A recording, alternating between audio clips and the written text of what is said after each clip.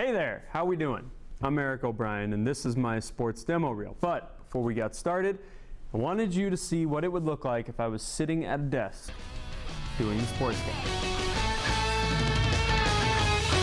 The Blackhawks Stanley Cup celebration was over less than 2 minutes into the 2016 season.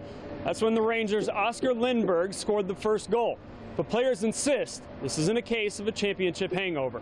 I actually didn't think we had that bad of a start. They elected to go with wet ball drills. They'd throw balls onto the ground and have guys try to pick them up, slide, get used to the conditions on this very slick turf. We'll see how it plays out tonight. A lot of schools in the Midwest and stadiums have gone to this artificial turf here. Some football players claim it was more than just a game that they lost that Saturday. Just 6 months after surgery took her entire left leg, Foster was back on this beam.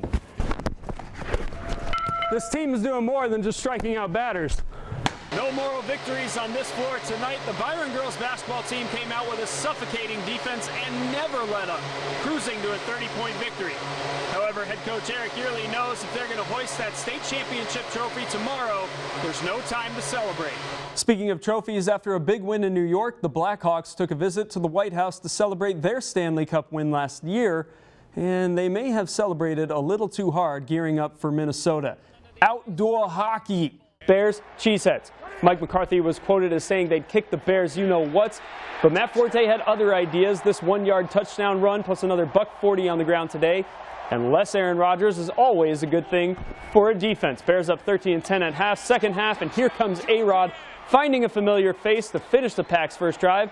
Oakland didn't work out, couldn't cut it in the Big Apple, but James Jones is feeling right at home back with Green Bay. His second touchdown catch of the day. Bears would respond with another field goal to pull back within one, but field goals don't typically cut it against this high-powered offense. Rodgers delivers a great ball to Randall Cobb, who's playing on a bum shoulder. Green Bay back up 8. A good drive, Bears threatening. You can't teach an old dog new tricks, and you can't teach Jay Cutler to not throw it to the other team. Thanks for staying with us. Against all odds, on any given day, we can find childhood cancer survivor Kate Foster perfecting her balance beam routine on one leg for her final competition. She is amazing. And 23 News reporter Eric O'Brien shows us what's causing the 17-year-old gymnast to take a break from some of the most important training of her career and how it could benefit some other kids running out of hope. Sticking it. A golden phrase for any gymnast, and the reason why 17-year-old Kate Foster is back in the gym every day. I'm just doing what I love. I mean, it's strange when people come up to me and say, oh, you're an inspiration. Next month, Foster is heading to Florida for nationals in what will be this Rockford native's final competition, 3 years into her mission. She's a competitor. Foster was diagnosed with acute myeloid leukemia 5 years ago. The then 12-year-old was enduring bone marrow transplants and chemotherapy. But a bacterial infection soon developed. Life would never be the same. There's always that thought in the back of your mind, like, what if I can't go back? I opened up my drawer full of leotards and just started crying. I mean, I missed it so much. Just 6 months after surgery took her entire left leg, Foster was back on this beam. Now she's taking her balancing act to our nation's capital. This is cooler than being a one-legged athlete. You could make a difference doing this. Next week, Congress is expected to discuss childhood cancer survivorship, treatment, access, and research, known as the STAR Act. Foster will be there advocating for funding on behalf of the St. Baldrick's Foundation. They haven't figured out, the cure or treatment for that kind of cancer yet, and that's terrible. There's nothing for them. They die. I don't want that to happen anymore. Over the top and keep your head in. Maybe just as important as her physical training, Foster's coaches say Kate is stronger mentally than she ever has been. We were like begging her, come on, Kate, let us help you. She'd be like, no, I got this.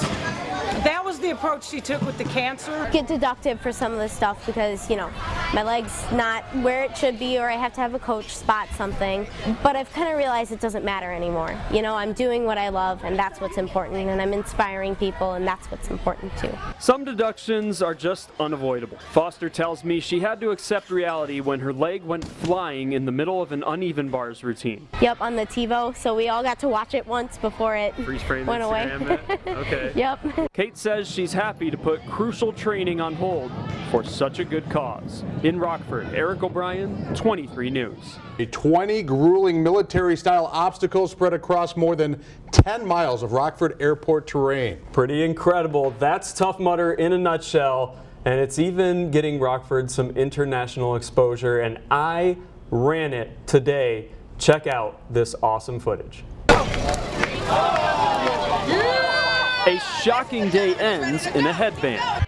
A bright orange badge of honor respected almost anywhere you go. So why is it worn with such pride? So we just run like this. Run, run, and run some more. A little bit more running than I expected, but we pushed through. Lack of cardio starts kicking in because that's my weak point. Mud, mud, and mud some more. I just slipped off and then everyone just came crashing down. Everyone. Add in a few insane military obstacles. About 50 feet from the end of the total thing, he, I guess, got shocked, fell, and broke his ankle.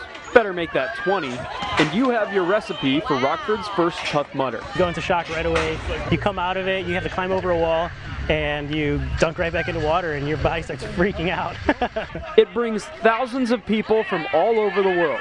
Switzerland, Brazil. Strangers or not, everyone lends a helping hand. And you were helping people, and there was an instant bond. It was so cool. We picked up some extra teammates on the way. We did, and that was really fun. We got 2 extra teammates. More than 10 miles pushes us to our physical limits, but the course is equally demanding on mental strength. Sometimes you just have to take that leap of faith.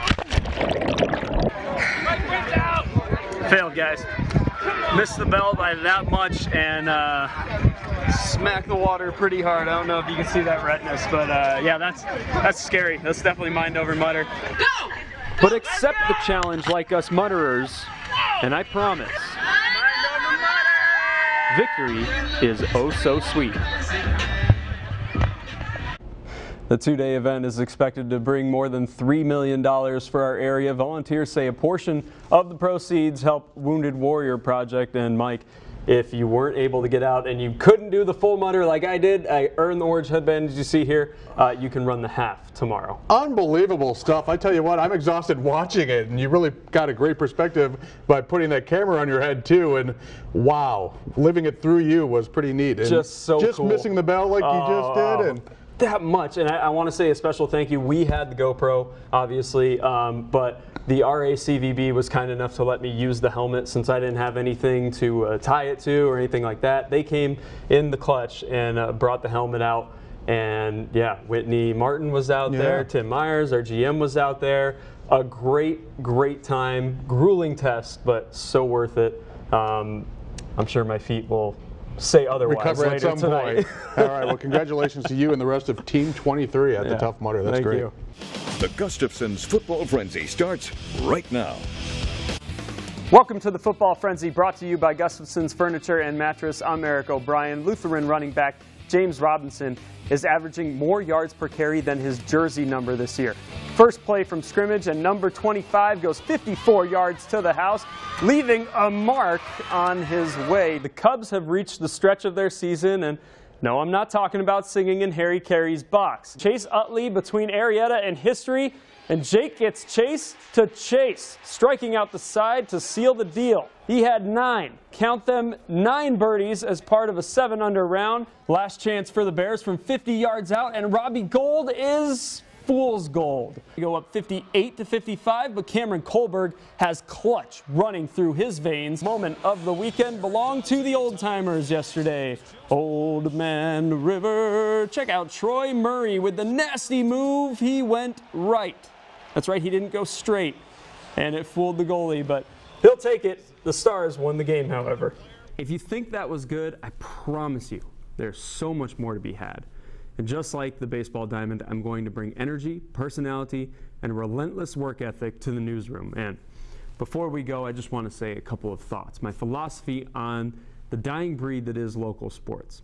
I believe personality is the most important thing we can have. I believe the viewer connects with this, one-on-one, the character. Sure, we're going to get the facts, we're going to get the highlights out there, but we're going to do it in the most entertaining way possible. I'm going to do it in the most entertaining way possible. Thank you so much for taking the time to watch this video. I know it was a little unorthodox, so I appreciate you sticking with it. If you want to get a hold of me, I'm not under contract, and my agent and I would be happy to speak with you.